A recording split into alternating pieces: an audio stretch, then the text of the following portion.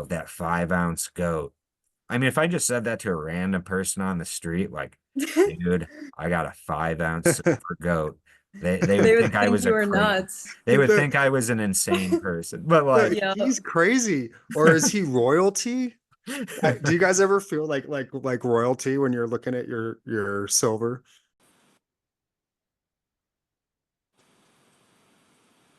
hi, welcome to the GG Bullion podcast. My name is Lenny. I'm your host. This is episode 6, and today we are going to talk about numismatic, semi-numismatic, or collector's coins, collectible coins, and bars that are silver and gold, and if that's right for you, and the kind of rabbit hole you can go down with different mints.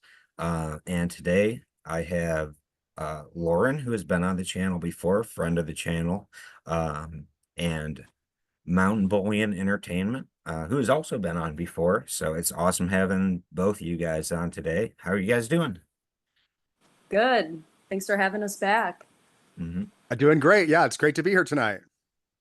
Yeah. So first, nothing any of us say is financial advice. It's all, our opinions based on our experiences. I think you guys would agree with that. But I guess what as far as collectible coins, this is kind of interesting, and I literally just thought of it now. When you when you guys first started stacking, and I know Lauren, you're relatively new compared to me and Brian, but Yep. what did you kind of get drawn more to, and this I guess question goes to both of you, because I kind of did. I initially, when I started stacking, just was stacking bars, but within a couple months I started getting into the Perth Mint like kookaburras and the Royal Canadian Mint Wildlife Series and stuff like that. So I'm just curious. I guess we could start there. Yeah. Well, you were actually the one that introduced me into silver, and I just remember asking you for stuff with like animals on it. Hmm. I'm trying to think of some of the original. It was the goat. I remember this was one of the first things you sold me. Try and get Hmm. that in the camera. But yeah, I don't think I was really too interested in like just generic stuff, to be honest. I think I already just wanted Perth Okay. Mint without even really knowing I wanted Perth Mint Mm. and stuff like that. So Not just yeah. specifically, but yeah, So stuff with animals on it. yeah, so kind of like a collector attitude, because I think like Yep. every like silver or gold stacker, I think there are some people on the extremes that are simply just collectors and simply only stacking for weight at the lowest price. But I think most people are somewhere in the middle, and maybe hopefully for people watching, we can maybe illuminate our experiences with all these different mints and coins. Brian, how was that for you when you first started? Did you start stacking coins, or like when did you get in? Because yeah, I'm interested, Brian. Yeah, so I started with coins, and I think that those are really good points. The goat coin was really cool. The coins with animals are interesting, and I think a lot of people like them. I like them. Um, and I do think that most people who stack are also kind of latent collectors. I think we're all going to have coins that we like that we might not stack heavy, just because the premiums on them are a little higher, but it's something we really want. And that what I think is nice about those coins is a lot of times you're going to be able to resell those with some sort of premium because someone else is probably going to Mm. also be attracted to the appeal of the coin for the same reason that you were. Hmm.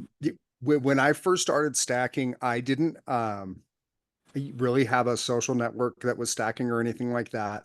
I was aware that the coins used to be 90% silver before 1964, and that had always kind of intrigued me. I did understand, what inflation was, and I decided I wanted to get some of those old coins, like Grandpappy might have had, and I just went down to the coin shop and was like, I'm looking for some of those old 90% coins, and the people there kind of walked me through it like, well, these are all your different options. And so for me initially it was almost exclusively constitutional silver. I ended up selling off a lot of it at one point, um, to get a down payment for a house. And well, partially it was the silver coins that I had. Mm. But for me, it was almost exclusively constitutional silver when I first started. And for me, I really wasn't interested in much outside of that when I was young and I first got into it. Okay. So when you started with, I guess, the constitutional, did you start getting into like the Morgans, or like when did you start getting into the more, I guess, like fancy stuff? And I guess really quick, before we get into that, I guess just to be clear about what we're all talking about, especially for the listeners, I know we talked a little bit before we started recording, because actually before this date, like right now that we're recording, I have never looked up what numismatic or semi-numismatic, like what the definition of those words were. I just knew based on context. It was like, oh, it's like a higher premium collectible coin. And I did look up the definition and it was very generic, just saying like, oh, numismatics has something to do with, coins, metals, tokens. Um, so I guess and let me know if you guys would agree with this. I guess kind of the stuff we're talking about is like older coins. Like, I guess you could go back to ancient times, but even, silver coins from like the 1800s, like the Morgans, or um old US coinage, or like the Perth Mint Lunar Series, that it's like a higher premium coin, but it's not like the standard kangaroo that they pump out millions of every year with the same design. It's like something unique about it. And even bars, like I have a 10-gram Pamp Suisse Year of the Goat in a like red assay. So that's like a little like numismatic bar kind of. So it's kind of, would you guys kind of agree that that's kind of the realm that we're talking about, I guess? Because it's kind of hard to define. Yeah, I agree. I Yeah. think it's kind of hard to put your finger on sometimes if something you're looking at might be considered numismatic or not. Mm, So I think that is more or less summed it up pretty well. okay. So I guess like what as far as you guys, because I'm really big into, well, first, since probably most of my audience, according to my analytics, is American, let's, I guess, talk about the US Mint. So first, so there's like the old coins, like the barber quarters and whatnot. I mean, you could even, sometimes Mercury dimes are higher premium than the Roosevelt dimes. So you could even say that has some numismatic value to it. So there's the 90% stuff. And then there's also, I guess, proof American Silver Eagles that are, graded and slabbed, MS 70, or, PF 70. And the reverse proofs, which are beautiful coins, but they're extremely expensive. I wish I had one of those. You guys have any like proof Silver Eagles, or any other like collectible like US coinage that's bullion? I do not. I don't have any proof like slab graded coins personally. Okay. Yeah, no, I don't have any of those either. Okay, yeah, I have a couple proof American Silver Eagles. I would really like to, and they're uh slabbed and graded, which are pretty cool, but I only have a handful of them. Most of my stuff is really the Perth Mint from Australia and the Royal Canadian Mint. And that seems like when I'm going to resell, those are like the most popular mints. And aesthetically, I just like the designs the most. I mean, as far as that kind of stuff, Lauren, I know you and I are both really big into Perth Mint stuff. Oh Um, yeah. like what is your like favorite stuff to have, and I guess why? Are you talking like specifically which coin or just Oh, like Lunar Series 3? Because that's the only series I have of the Perth Mint that I'm like actively collecting. If mhm, I come across a cool coin here and there, like the one goat, and I thought I mhm, had another one in here, but I can't find it. mhm. So, Yeah, it but could what a be, it could be a series, it could be something like very specific, just whatever you think you like best, I guess, and kind of why, and are you gonna hold well on now to I it, think my or new now my new favorites are like the kookaburras. I want to start getting a lot more of those. And that was Okay. also because of you. You introduced me into those. And yes, I think they're very, very cool. I Mm, don't know. I don't know what the appeal is really. They're like the nicest looking ones, I think. And I love their designs. And I think this mm, is the 24 one, like the with the snake and stuff. mhm. Like, I don't know. I just think it, like, I don't know. It's cool. That's a beautiful coin. Absolutely. So Yeah. those are like that and the Lunar Series, I would say are probably my favorites. Okay. And then Brian, what about you as far as like what is your favorite stuff, I guess, that's on that collectible, numismatic, kind of higher premium side of things that you go for? Well, as far as the I did want to respond to a couple of things that we were talking about in regards to the Hmm. constitutional silver. Um, with the constitutional silver, I really enjoy collecting it. This is a Benjamin Franklin half dollar. Um, these Walking Liberty halves I like a lot. Now, the stuff before this, the barbers, they're gonna be pretty worn out. And a lot of times, if you want one in good condition, they're gonna want a high premium for that. And so Mm, that's something I do have some barber dimes, but that's something that I don't get into too heavy. I don't like the idea of having to rely on, whenever it comes time that I might want to sell this or, one of mm, my offspring in the future that they're going to have to rely on finding someone who appreciates it, a lot. Um, now, having said that, I do think for anyone who's thinking about getting into silver, I really do think one of these years here, like within our lifetime, the silver supply crunch is going to become so heavy that there's going to be a big spike in price. And we could also be looking at inflation, different things that could cause the prices to go up. But I would say just about anything you buy, because you might be thinking to yourself, well, do I want to go get one of these Eagles and it's going to have uh, a $5 premium or $7 premium or, maybe more? Or do I want to get, something more affordable?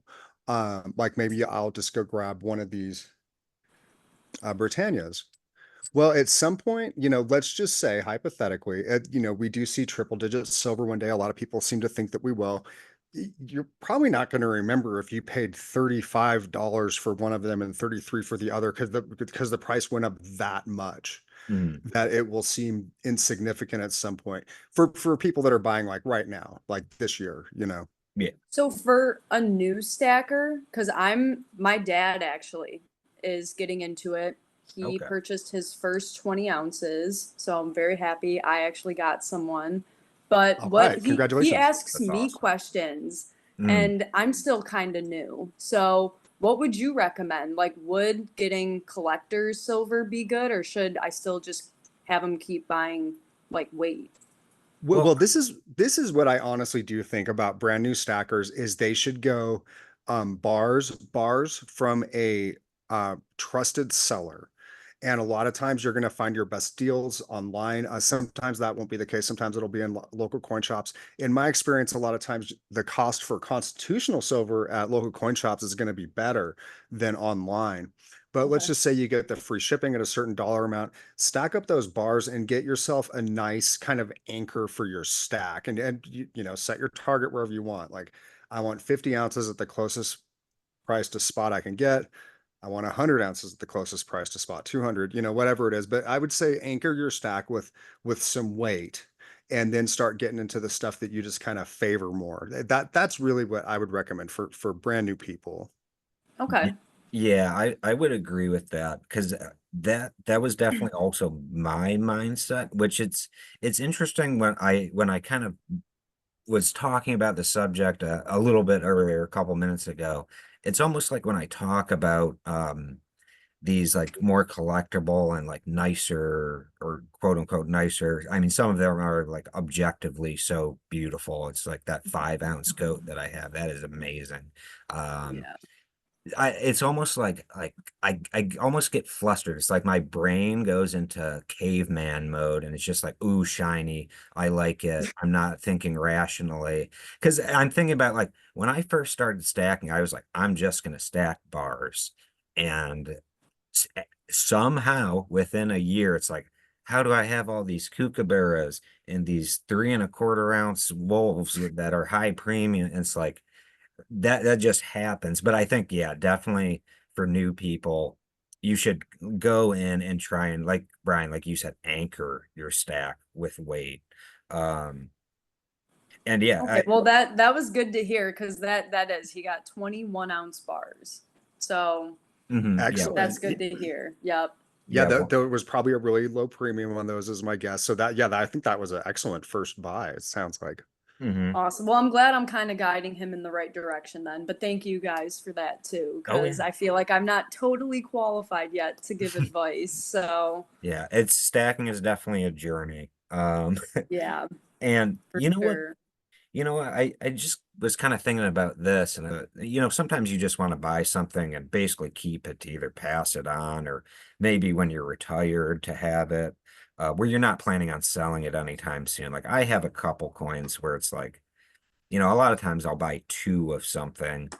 So I have one to sell and one to like hold on to forever because it's like a weird thing. I just love the coins so much. But, if I say, I got a bunch of, or let's say I go out and buy a kookaburra from Perth Mint, or I get one of the Perth Mint Lunar Series that has, a little bit higher premium, or Queen's Beast from the Royal Mint, which are also beautiful coins. There's any of these type of semi-numismatic or collector's coins that it is better.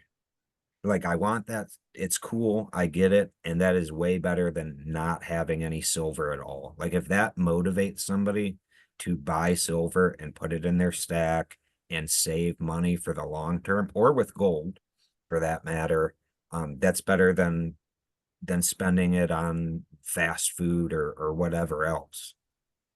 Oh, way better.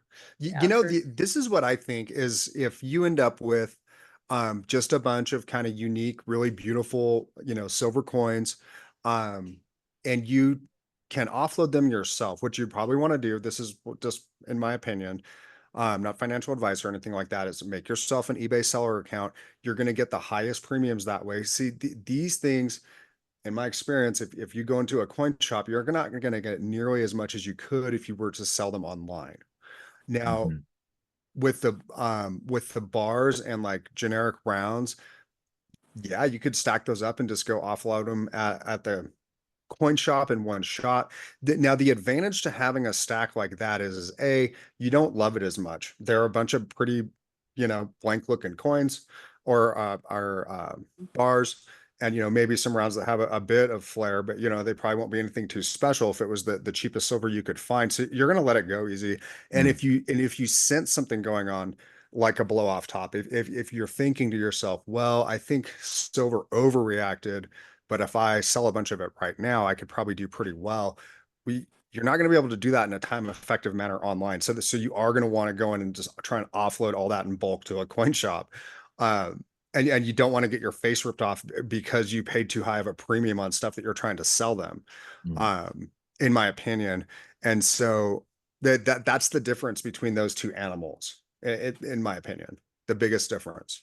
Yeah, and I've had, and I think that is in general good advice, is to have a base stack of weight, of, yeah, like stuff that it's like, oh well, I have a tube of these rounds that are, whatever, sunshine mint or just random buffalo rounds, whatever they may be, that I can just sell if need be, or if I'm taking advantage of an opportunity. But yeah, as far as the collectible coins, you definitely want to, that's something you have to consider if you're going into that. I guess it's one thing if somebody's just getting a couple for themselves, but if they're getting, a good amount, it's something to think of, is you don't really want to go to a coin shop. Like I do those private sales. I know you, Brian, you use eBay. I've used Yes. Facebook Marketplace. I've had a good amount of success selling stuff on there. But yeah, if you bring a kookaburra, I keep bringing up kookaburras as an example, but if you bring something like that to a coin shop, they might give you like it really depends on how the market is. They might give you, let's say, $2 more than for a regular kangaroo coin or a regular Britannia or something if you bring up Right. something really cool. But if you sell that either on eBay, Facebook Marketplace, or just if you have other stackers that are interested in it, I mean, you can get way more. Like where the coin shop's going to give you, you know, $3 over spot, you're going to get $25 over spot selling it in a private sale. So it is like a huge difference. So I, Yeah, and they're going to be making all that difference. And a lot of times, even if you're paying to ship it out or whatever, like you're going to make such a big spread on it. Yeah, I sold a couple of selectively gilded, with gold eagles on eBay, and they both went for just under 50, um, mm, for an individual eagle, that has a little gold, selectively put on it, mm. where the coin shop wouldn't give you anything like that. They might try and sell it for about that amount, but they probably won't even hold to their guns that much if it sits in their shop for too long. Yeah, yeah. And But yet, oh, I'm sorry, go ahead. oh yeah, no sweat. Oh, you go ahead. Oh, yeah, I was just saying, when you were talking about the coin shop, it did make me think that that's a good place to go looking for that kind of stuff. Like I got Queen's Beast, the Dragon of Wales coin, which is beautiful. And they sold it to me for almost the same price as like per ounce as like the Britannias. Oh Uh man, that's really good because yeah, I like on eBay a lot of the times those will sell in like the 90s. yeah, yeah. That's why I immediately bought it. I could have turned around. I wanted to hold on to it, but I could have turned around, went home, went on Facebook Marketplace and like just immediately flipped it. So coin flipping is something that you can do with this. Yeah, Um, once you've sunk your teeth in Wow. and you kind of get a feel for the different values of mm, things. yes. Yeah, absolutely. I mean, some people definitely make money doing that a lot. Mhm. Yeah, and it is just a cool thing too, because I feel like it helps keep people, and it's interesting because we're doing this episode and it is kind of like a really nebulous topic, but I can't recall like ever really watching anything like a discussion like we're having because the topic is kind of all over the place almost. It's interesting, but one thing that I do like about it is that it keeps my like morale up and like my motivation to stack up. Like, because if I were just getting, and it is good to add weight, but if all I were getting were some 1 ounce bars or that are just, generic minted bars or generic buffalo rounds, that's fine. But when I get a 5 troy ounce, absolutely beautiful in a capsule, Perth Mint, Year of the Goat, and I hold that in my hand, it is like heaven. It And it's really. like for some, it's a new design. So like I was super eager this Mhm, year because I knew the dragon was going to be 2024, and then you just have that anticipation, and then mhm. it comes out, and then you order it, and it's just like the whole thing. Then you Yeah. receive it, and yeah.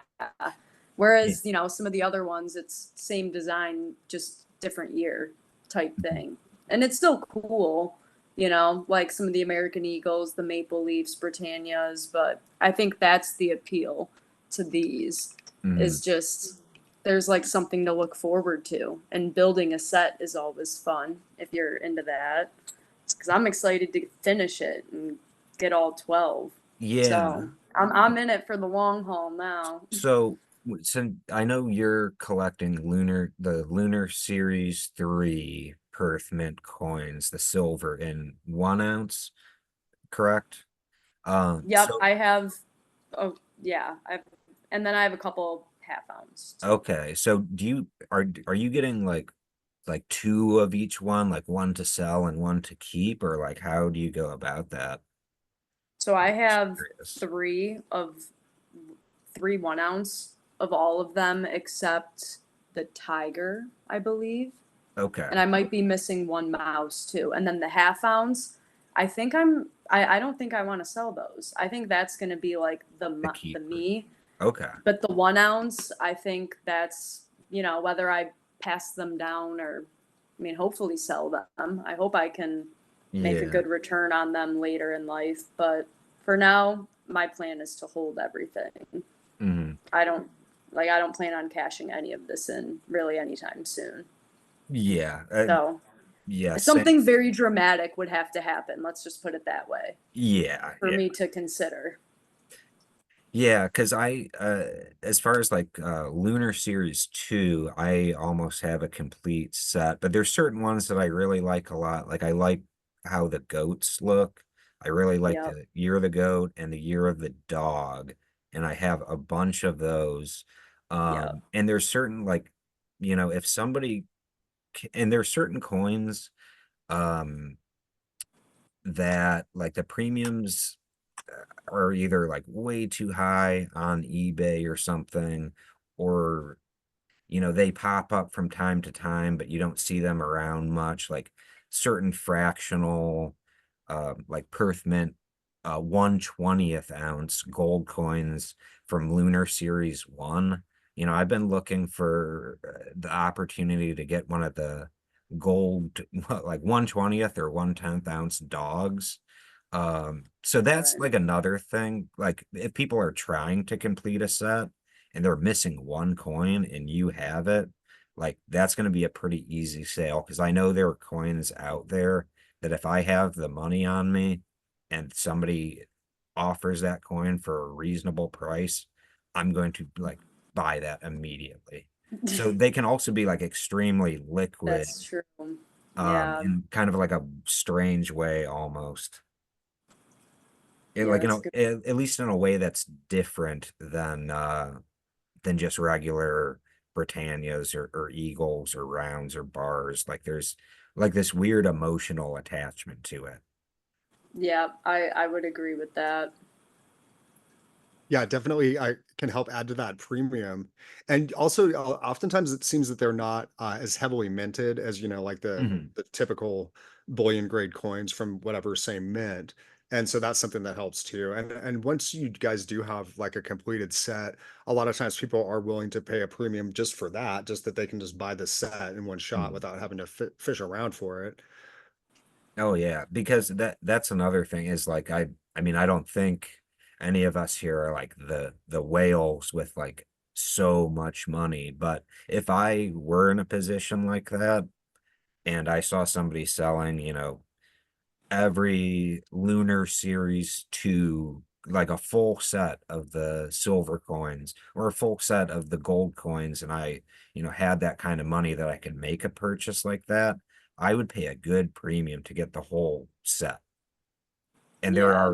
are, people out there that do buy that or they collect it. Um, but that would be great to buy a whole set. And all the different sizes they come into, like, I keep going to Perth Mint, but with the Lunar Series in silver, you got like a half ounce, the ounce, the 2 ounce proof, the 5 ounce, the 10 ounce, the kilo, which the 1 kilo coins are crazy. Um, but there's just so much out there, and you can like really go down this rabbit hole into specific things.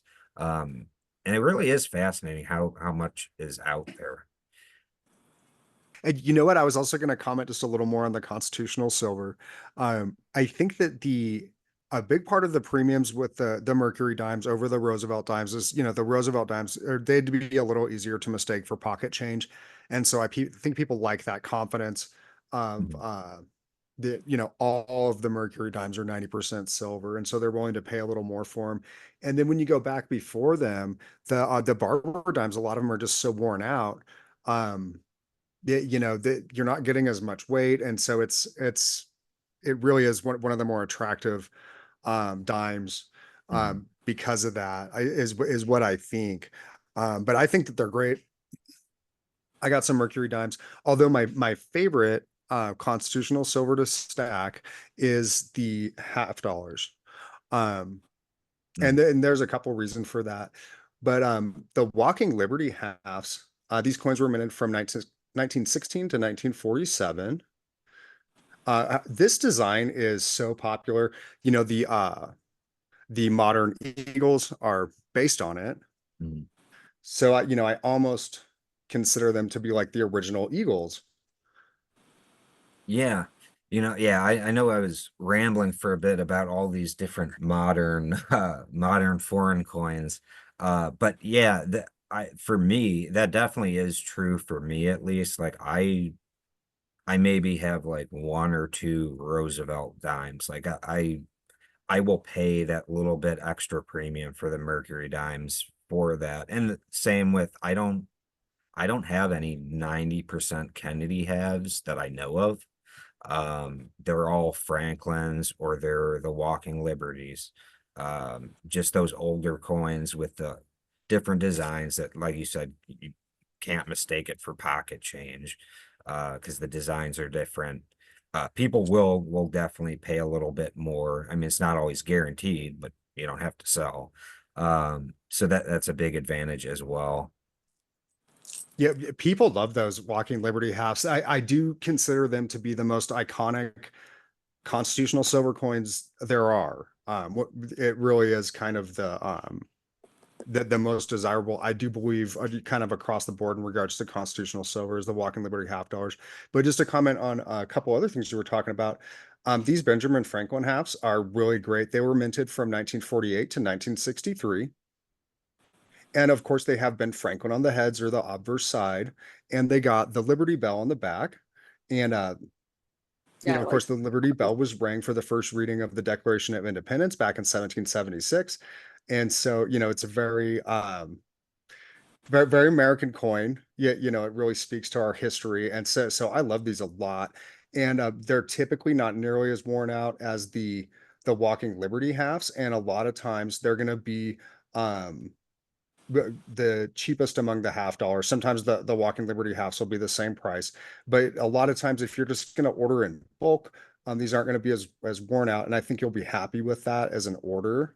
Mhm. Um, with the Franklin halves, of course, they only minted these for 1 year in 90%. Here's a 90% one, and it was the year after he was assassinated, and of course that was the the last year that all the coins were 90%.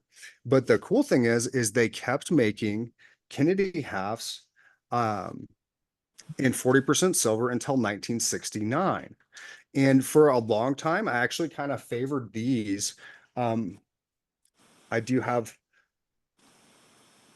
quite a few of them. Now, the thing with these is for a long time, I was picking these up basically for silver spot price. The other 60% of the content, and there's copper that I was basically getting for free.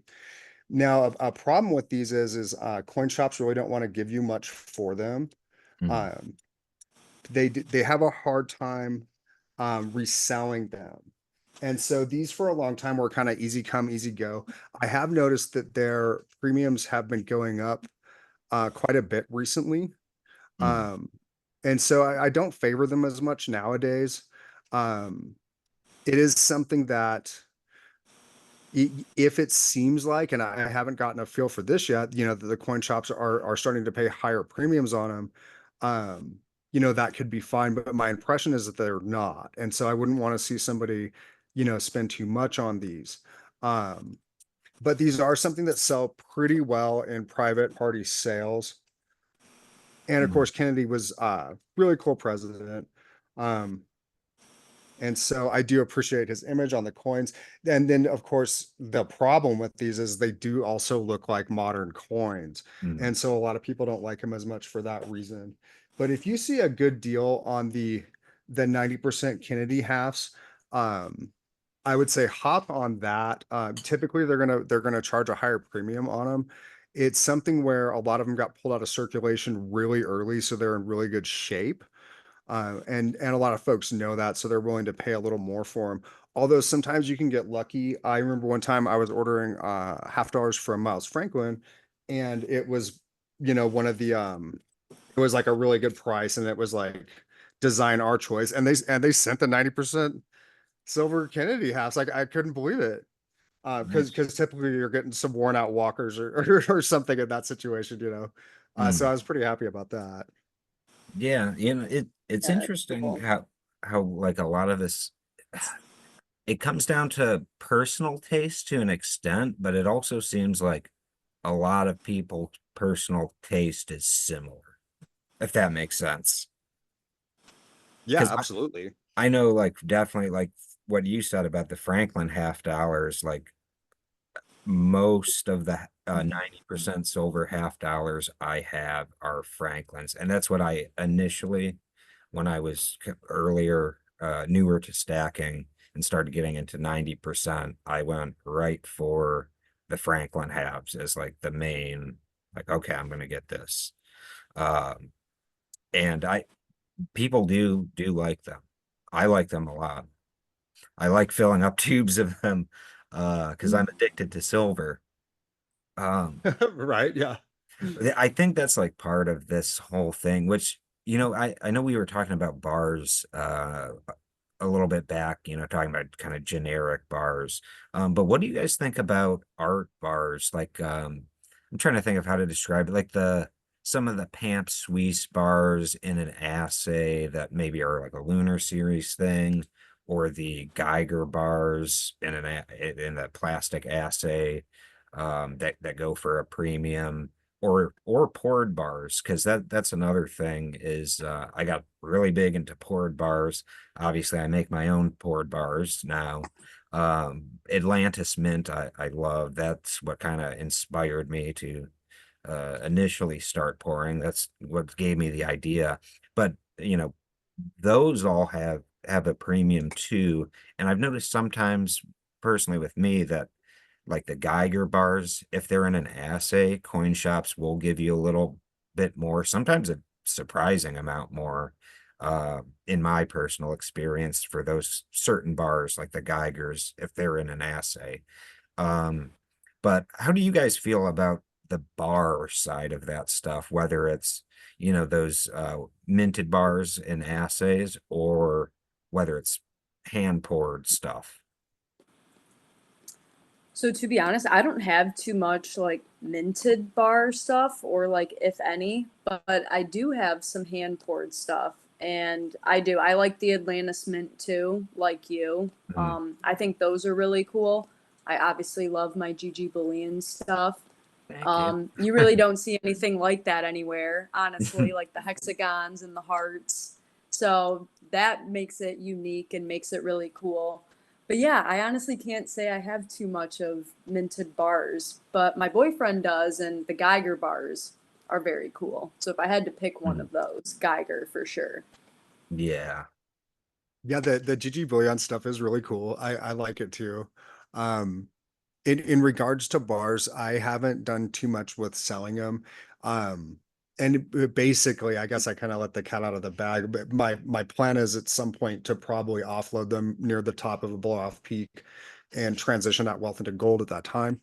Okay. Um, and so it's something that I'm just kind of sitting on. Now there might be some bars you can get a good premium on, um, or that you would pay a good premium on. I would especially with gold bars, I would encourage people to use extreme caution and to only buy from respectable dealers or sellers.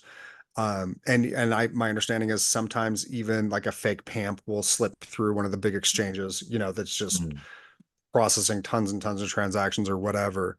But it would be a real bummer to get a gold bar and sit on it for years and then go try and resell it at some point, and they put it on the Sigma at the coin shop and they're like, this thing's fake, and then they cut into it and it's mm. whatever, tungsten on the inside. And so I do think that they're cool. Although I would encourage people to be very cautious with them, just especially with the gold ones, because they're so expensive. um and buy the seller is what they say, buy the seller. Yeah, yeah, definitely have trust in whom you're buying from. I think a good rule of thumb is to be anything where you're buying a single item, whether it's, a 1 ounce gold bar or a 1 ounce gold coin or even a half-ounce gold coin. I mean, gold is extremely expensive. Or if you're buying, let's say, a big 1 kilogram silver coin, those are high premium, which I do want to get one day, especially after I got that 5 ounce gold. I just want to get some big coins. But anytime you're spending a lot of money on one item, you really want to do your due diligence, make sure that you're buying from like a reputable dealer. And if you have any, even you can take it to a shop to get it tested and then go back to the dealer. There's stuff that you can do if you're still not sure. But I would say, because if you buy something for, $30 and it turns out to be fake, well, you're out $30. But if you buy something and it's $3,500 Oh and it man, I don't turns even want to out, think about it. yeah, That that's a nightmare scenario, but that's something I kind of always kind of stress to people is like, buy from trusted individuals or from trusted dealers, especially anything that's that expensive. I would absolutely. yeah, either from a trusted dealer or like I want to calibrate a Sigma machine myself and put it on there and see that it's reading right, or use an XRF or whatever. Test it somehow in front of me before I would pay for that.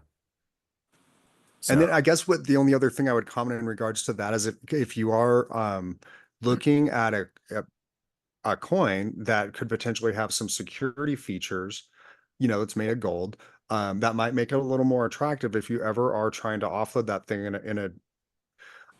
hopefully we never have to deal with anything like this, but let's say there's some sort of hyperinflationary scenario and you feel like you could trade this for like a vehicle or something that you normally couldn't trade it for. And you mm, could prove to that person on the spot that it was real by showing them a security feature on the coin, kind of like this trident turns into a lock on this Britannia.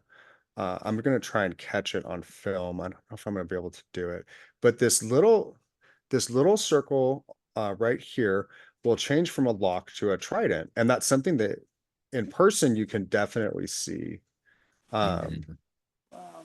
and so I think I'm having a bit of a hard time doing it right now. But if it has something like that or whatever the security features are, of this coin also has little writing on the circle that separates, the information from the central art. You could bust out a magnifying glass, show them that the background waves are moving, the temperature lines in the shield. And if they have access to any resources where they could look it up and be like, oh yeah, there's no way this thing is fake. Yeah, maybe you do a ping test and then you weigh it and the weight's mm, right on point and all that and you got yourself a deal. Whereas if it's a gold bar in a piece of plastic, the person might be like, I want to open that, can I cut into it? Or like they might start asking crazy things because it would yeah. be difficult to prove to them that it's real, in a situation like that. Yeah, with personally for me with gold, I tend to go way more towards coins, and especially more kind of like what we were talking about, like the um kind of like semi-numismatic coins or the more collectible coins, because there is a bit higher premium, but when you're talking about gold, it's expensive. You want to be able to, pretty easily prove to somebody that it's real. If especially in a situation like that, like if we saw hyperinflation, that would be uh absolute disaster, but at least, we would have something of value. Um, but yeah, I for gold bars, that's how you can get them with the lowest premium, gold bars. But Right. Absolutely. And that's why I have some. It's because the premium's so much lower. And I'm like, I'm yeah, I'm, I'm doing it, man.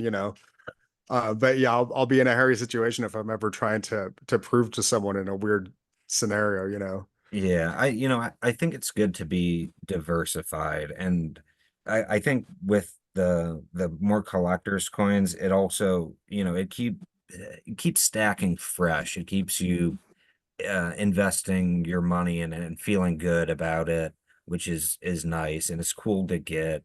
Um, and especially once you have like a base stack of weight where you're like, okay, well, if some emergency happens and I need to go sell, 50 ounces of silver, I have that in rounds or bars or, stuff that I'm not really attached to.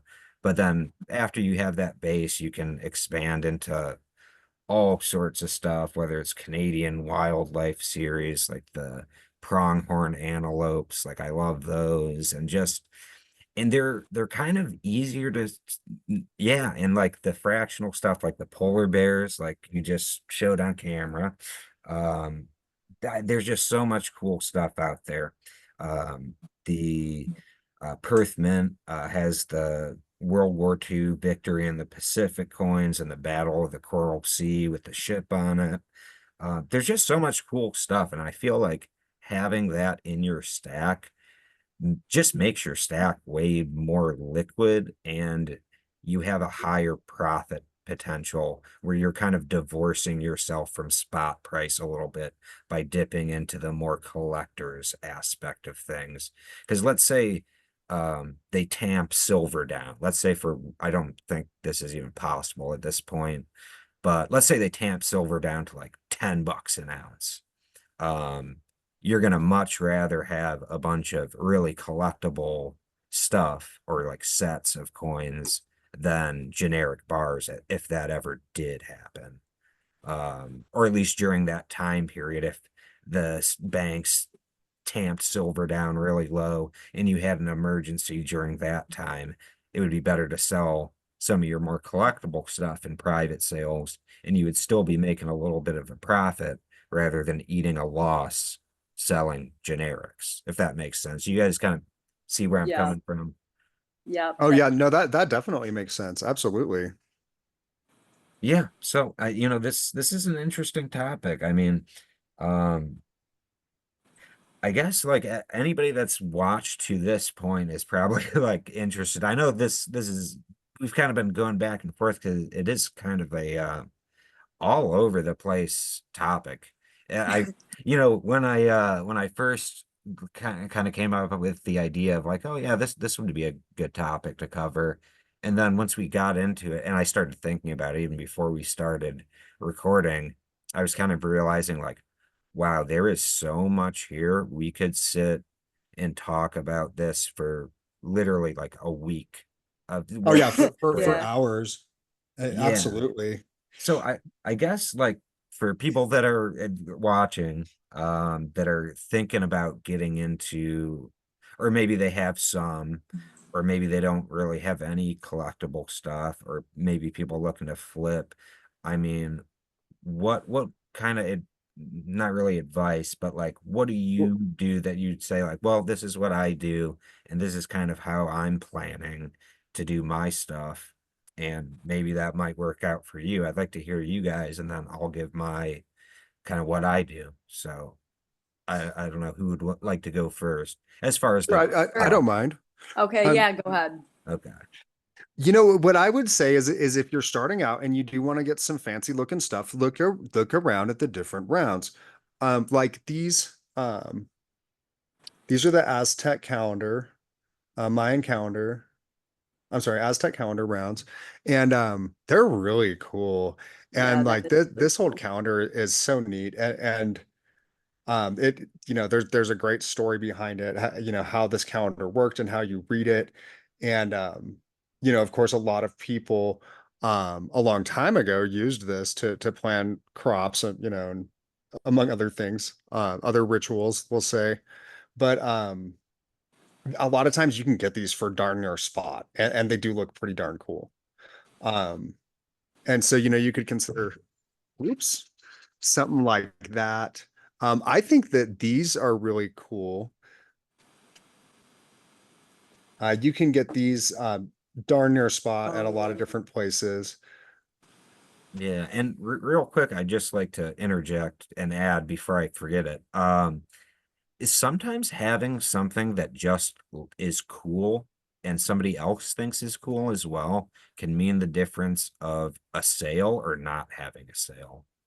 I know that's the case a lot of times for me, both buying and selling. Like if somebody has something that I think is really cool or unique and I don't have it, and maybe I've never heard of it, um, it's something I want, and vice versa. If I have something unique that somebody else doesn't have, like just for example, like a half-ounce Australian tiger shark, it's a really cool coin.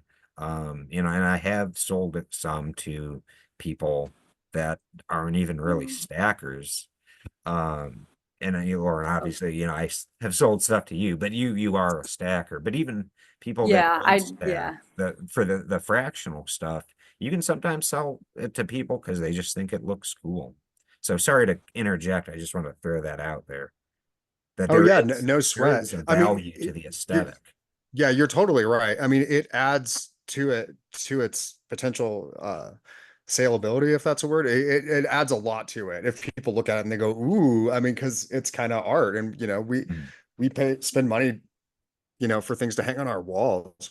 But what I did want to mention, that something that I'm kind of considering now, and I don't know, we'll see what happens with it. Um, anything any of the stuff that has Queen Elizabeth on it. So this is Mm. a Cook Islands coin. Yeah. Really cool coin is the HMS Bounty. And the HMS Bounty has a great history behind it. The term mutiny on the Bounty, of course, is about the ship. And it's a beautiful coin. It's got Queen Elizabeth on it. Obviously, she's passed on now. But anything with Queen Elizabeth on it, am thinking it might be good to hang on to these. Um, this is Oh, that's a cool one. yeah, this is really cool. It's the Yellow Buford, 2 ounce. Um, yeah, these are really cool coins. And interesting story about that animal. It's a mythical animal. Um, but anything that has her on it, because now that we're switching over to, of course, King Charles, and it's looking like he's not going to be very popular.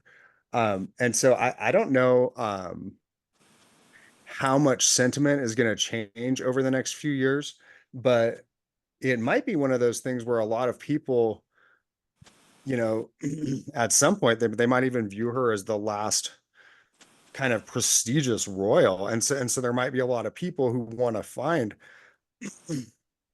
something that has her on it, because like you had mentioned earlier, Lauren, it's going to be the same design from year to year. So right now the Britannias have King Charles on them, but there might come a point where people prefer one with Elizabeth on it. And so That's true. Yeah. Yeah, and to add to that, I Because mean, the one year, didn't they do one with like King Charles without a crown, King Charles with the crown, and then Queen Elizabeth? Because I made sure, I forgot what year that was, but I made sure to get one of each and like a few sets of that just in case that becomes valuable. oh, yeah, that's It was smart.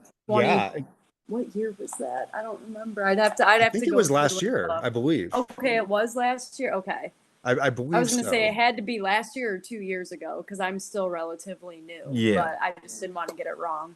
No, I did a similar thing, and that's crazy that not that long ago, and I have all this planned out, and I can't remember the year off the top of my head either. But Right. yeah, no, I have like the last of the Britannias with Elizabeth, the first of the Britannias with Charles of the same year, because they Yep. stopped with Elizabeth, and then the same year they started with Charles.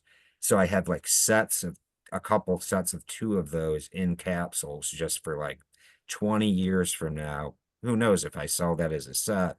Oh, hey, it's the same year, different monarchs. And yeah, I think that's a good idea. Yeah, will Yeah, that carry I a have the same premium at idea some point? too. Mhm. Oops, sorry. Go ahead. Yeah, I'm sorry too. No, yeah, will that carry a premium at some point? And of course, we don't know for sure, but it is kind of nice to hedge your bets with things like that and to kind of hang on to those because they might. Yeah, yeah, it is speculation, but it's fun to do, and it may pay off. And even the stuff with Charles, I know I prefer the ones with Elizabeth if we're just talking about how it looks. for almost every country, really, because many countries, Canada, Australia, the UK, obviously, and so on, have Elizabeth or now Charles on the back. But Charles, if his this is what I thought of too, because I have some maple leaves and whatnot and Britannias with Charles. If he, let's say, because he's an older guy, Elizabeth, when she became queen, she was like the longest reigning monarch in, British history, I'm pretty sure. If Charles dies 3 years from now, say that happens, that's going to be like a relatively rare to see him. And, let's say he's only on the coin for 4 years and then it's somebody else. If you have a bunch of those 30 That's a years from good now, point. it's going to be a rarity. That's a good point. But he might also live to be 130 or something because he's got whatever, some cybernetic secret tech they have. Yeah, you never know. And there that could definitely happen. Although I- I'm sensing that he's pretty darn unpopular at this point, and I don't know if people might intentionally avoid them. Um, and I guess this might be kind of an extreme example, but because it would be far worse than Charles. But I don't know if you guys have ever seen there's like old Nazi coins, and they sell them usually under spot because nobody wants them because they Hmm. have swastikas on them. You know what I mean? And so I did Yeah. not even know those were in like like you could still buy those. That's kind of crazy, honestly. Yeah, that's interesting that you bring that up because I've never really seen those at coin shops. Now I have seen they probably some. send them to melt because they don't want people to come in and be like, "What do you have these coins in here for?" You know, Yeah, right. Or someone comes in and asks for them, like, you Yeah, know. because I well, I yeah, and then why are you asking for that? Yeah, like imagine these awkward situations that could come up trying to sell them or resell them, and so people just stay Yeah. away from them. yeah, Um, but I'm sure there are people out there, probably not the greatest people, that do want them. So maybe if you do come across one, if you happen to find the right person, I mean, if you sell on eBay, there might be something there. It's kind of weird, That's but and then there I are guess the people. only way it would make sense is like you if you were gonna melt it down. So if you were buying it strictly to melt it down and make something else, I guess that would make sense. But other than that, like if you're buying it to keep it, I do think that's a little odd. Yeah, I'm sure. I don't know. There's a lot of cool stuff out there. Yeah, yeah, if you guys ever do see one on eBay or something like that, you'll see what I'm talking about. They sell them cheap. really. Okay. Yeah, and I think it's like some weird off percentage too. And don't quote me on it, but let's say like 70% silver or something. They're just like these weird coins, and nobody likes the images on them or what people might associate you with if you have it. So, they sell cheap. And I don't know what is in the future at all. You know what I mean? But if he keeps making unpopular public statements, I don't know if the British people are gonna like him too much a few years from now because I think already he's noticeably less popular than Elizabeth was. Mm. Yeah, Interesting. yeah, no, yeah, I never really thought about the Yeah. like Hitler era coins. I mean, I have thought about it. I just have never seen them at coin shops. I've never seen them from dealers, but I guess on eBay, I don't really buy off of eBay. At least I don't buy really, I don't buy much of anything off of eBay. But that's interesting that they sell for such a low premium. But I guess like any museums or like legitimate like historical collections already have that stuff. So the extras floating around in circulation, yeah, people don't really want it. Yeah, So and who it knows? I makes mean, sense. quite a few of them have probably been melted down at this point. But like in some of my earlier coin shop visits, of course, and this is in New Mexico, and so those guys probably because of their ethnicity weren't concerned about being accused of being a Nazi or anything like that. They Hmm. had some in there, but that was a long time ago, and they were cheap. That's Wow. very interesting. Yeah, that is. Yeah. So yeah, as far as like my kind of whole philosophy, I guess, with the semi-numismatic collectors, whatever you want to call them, coins. Um, I usually get it depends. Like some of the ones, like the 3/4 ounce wolves, like I try from the Royal Canadian Mint. I just think they're really cool. So I, try and fill up a tube of them. But most of them, like the kookaburras, I try and get like two of every year, maybe one to keep for myself, or certain years that I think the design is just really nice, like the year of the dog or the year of the goat. I'll get a couple, like, a decent amount of that specific year because I like the design. Or the Queen's Beast Greyhound. I think that's an amazing design that will sell really well down the road. And I kind of do that. And then, 20 years from now, when I retire or whatever, some may be passed on to my family, some may be sold, but I kind of just pick and choose. Like some of them, like the Lunar Series 2, I'm trying to get a complete set. But for most of them, even like reverse proof, privy maples, all these different things, it's kind of just whatever catches my eye. And I think a lot of other people would like, I'll get some of those. And then sometimes I'll sell. Lauren, I know I've sold you some collector's coins before and probably vice versa. Yeah. But it's one of those things that if you have a good eye for, like, for example, like the 2017 kookaburras, I thought the design was, and still to this day, it's my favorite of the silver kookaburra designs. And I got a decent amount of them because I love the design. And now if I look online, they're selling for a pretty high premium. So I guess I was right in that case. And same thing with the Greyhound. So, if you got a good eye, sometimes you can pick out winners. It's just a matter of doing the work and selling them. So that's kind of my plan. And some of them I do want to have, like, one for myself or one to pass down to my, future kids or whatever. Because it'd be cool to, pass down the really cool stuff rather than, a bunch of generic rounds that all have a buffalo on them or whatever. Right. Imagine Yeah. like inheriting a collection and it's literally like all buffaloes or like all like the same type of bar or something. Like that'd be totally boring. And they'd be like, oh man, Hmm. this guy had no creativity or no personality or I don't know. But yeah, it would be a much better, funner experience, in my opinion, if somebody inherited a collection and there was some variety in there and and some tasteful stuff and some beautiful stuff and not just all bars and cheap rounds. Hmm. I agree. Yeah, definitely. So, Lauren, would you say that that's kind of what you're doing with, like, the set where it's like you're gonna keep like the half ouncers, but then the 1 ounce coins are like for, when you retire or whatever to sell those as a set or for Yeah. Well, it's as a kind of set? like you said, where you kind of have like an attachment to them in a way. Hmm. And yeah, I do think they're cool. So yeah, I think that's probably what I'll end up doing is keep the half ounce for me and then sell the 1 ounce sets. Hmm. Yep.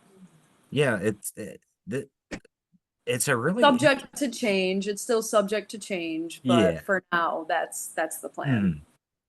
Yeah, so I mean, that's this is all very interesting because a lot of it is very difficult, and I'm sure whoever is listening to this is noticing, like, it's kind of hard for us to put into words, like, but if they're a silver stacker, they probably to some extent know what we're talking about, where it's like, that 5 ounce goat. I mean, if I just said that to a random person on the street, like, dude, I got a 5 ounce silver goat, they would They think would I think was you a were crazy, nuts. they would think I was an insane person. But like, Yeah. He's crazy, or is he royalty? Do you guys ever feel like royalty when you're looking at your silver? Yep. kind of, That's yeah. I yeah. I yeah, mean, I think it's a nice feeling.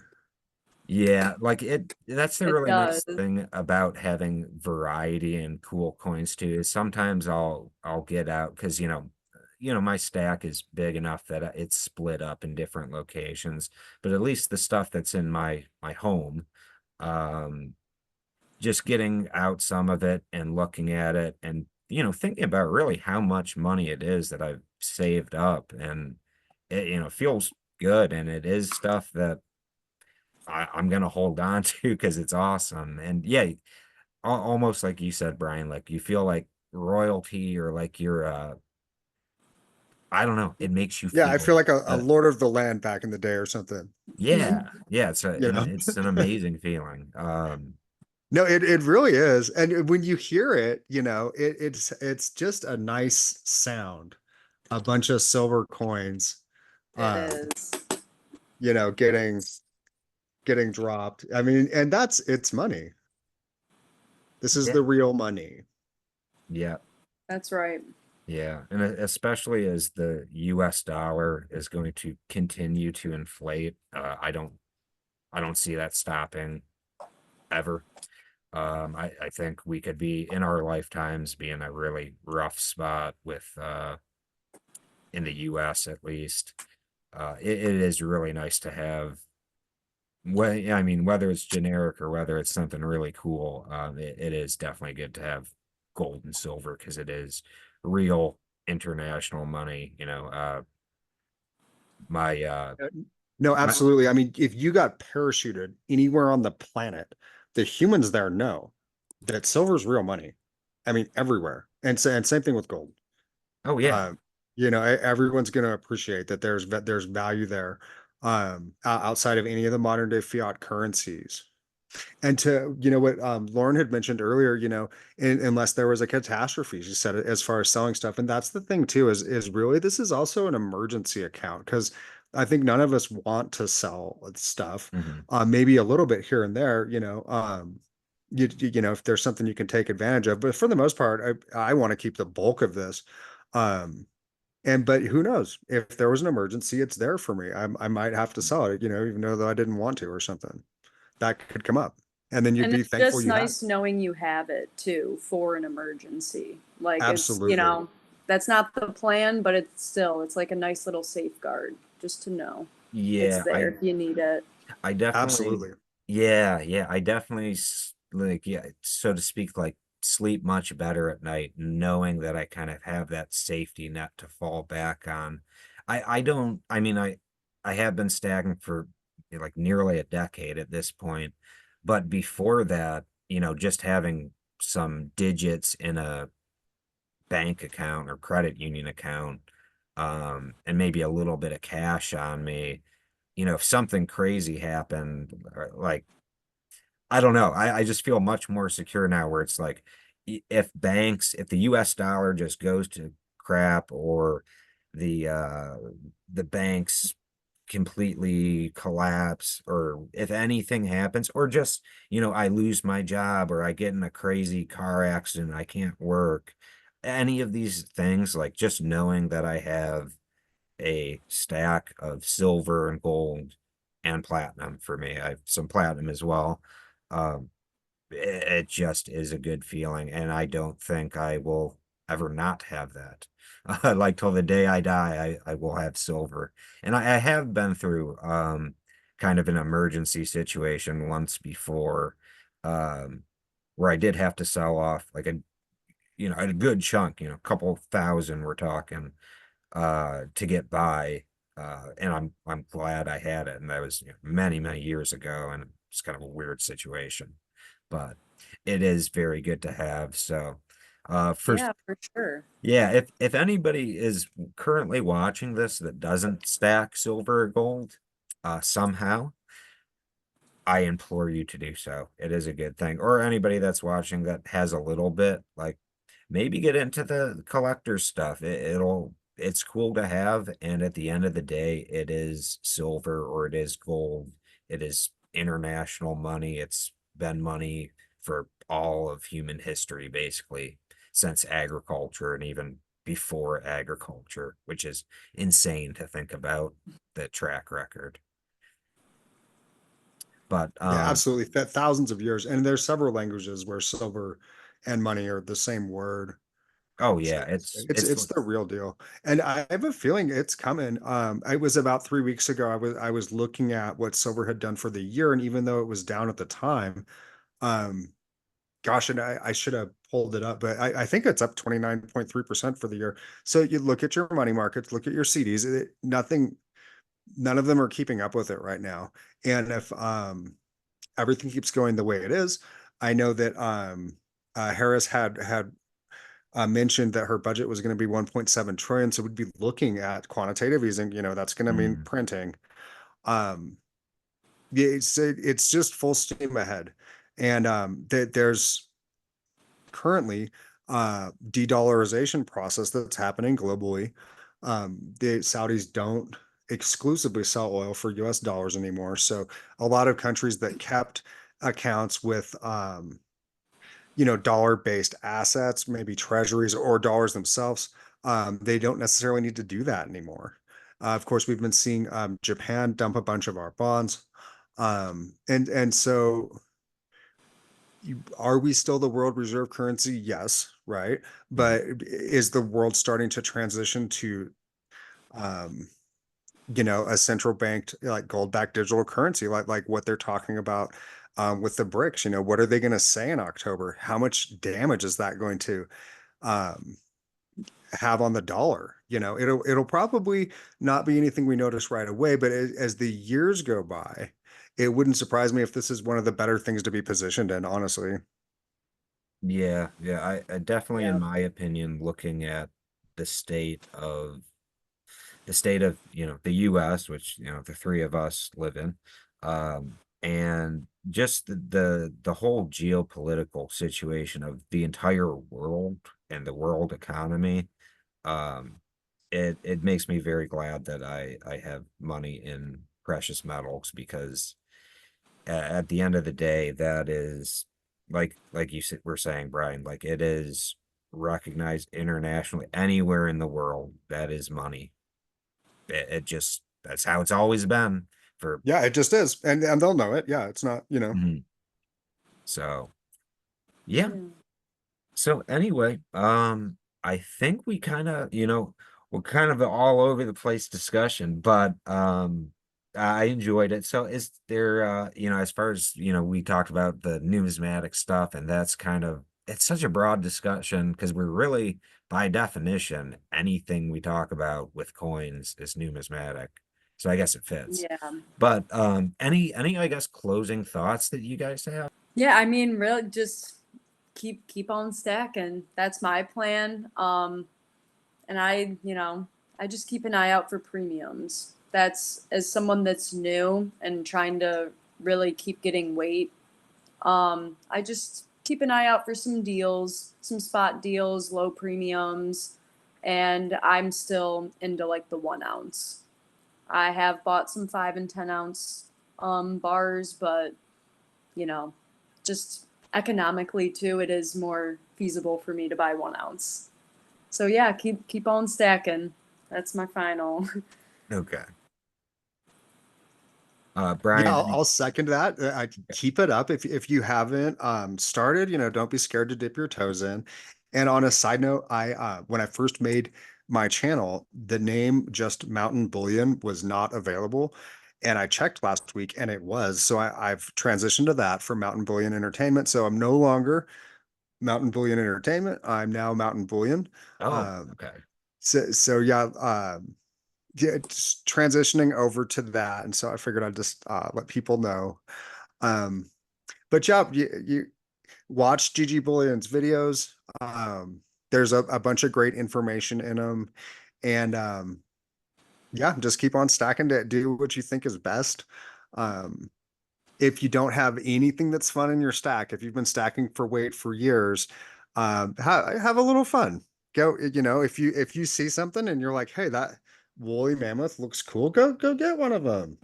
It won't hurt, because at some point the price really might be completely unrecognizable from where it's at today, and you won't even remember that you paid a couple extra bucks for that woolly mammoth, and you'll love it. Yeah, I agree. And Yeah, everybody, yeah, and Mountain Bullion, check out his channel. The link will be in the description. He and I have collaborated. Maybe I'll put a link to one of those videos in the description as well. Um, it's always great having both of you guys on. I do have one final thing that I just thought of, so we're gonna have a second final, drag this video out to the death. But so I just thought of this hypothetical. It's like if you could have like if somebody gave you like a gift card, like a Visa gift card or something, with like five or whatever. I don't have to say an amount, but Ooh, I like where this is going. yeah, just where you could get like three or four like collector's coins, like what would you get? Like what would be like the first things that you would look at? Or like what would you want? Like the top two or three things. That's a wonderful question. I'm definitely going gold if it's an unlimited gift card. Well, That's for no, sure. not unlimited, but like you can get, Oh, we'll do silver and gold. So like you'll have a okay. silver option and then a gold option where you can get like one thing for free or whatever, two things for free. Wow, that's a really good question. Man, yeah, that's a good one. Because I Uh, know, I guess if you guys need a second to think about it, but I think for the silver, I would want a like Perth Mint Lunar Series 2, 1 kilogram silver goat.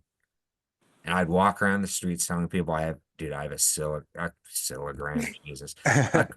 A 1 kilogram silver goat. Like, okay, get away from me.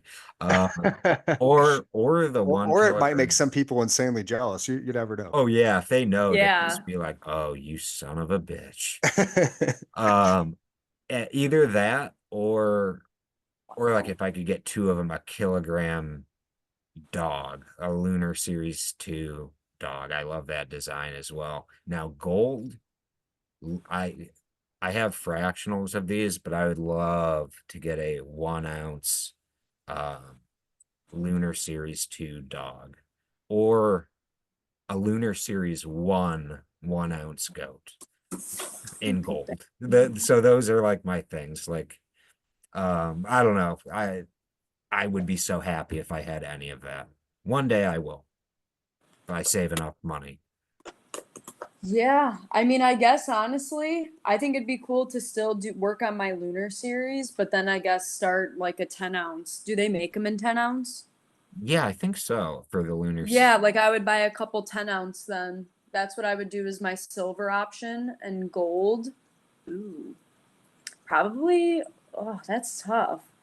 Do they do like gold kookaburras? Because that would probably be my Um, first gold if that was an option. I don't have any gold you do besides the though. 120 Oh I yeah. found. Yeah. The little or 1/10, whatever that is. Yeah, the gold tiger. Yeah, but other than that, I don't have any other gold. Okay. Um So anything I would love, to be honest. yeah, free Anything gold, would I be mean. awesome. Yeah.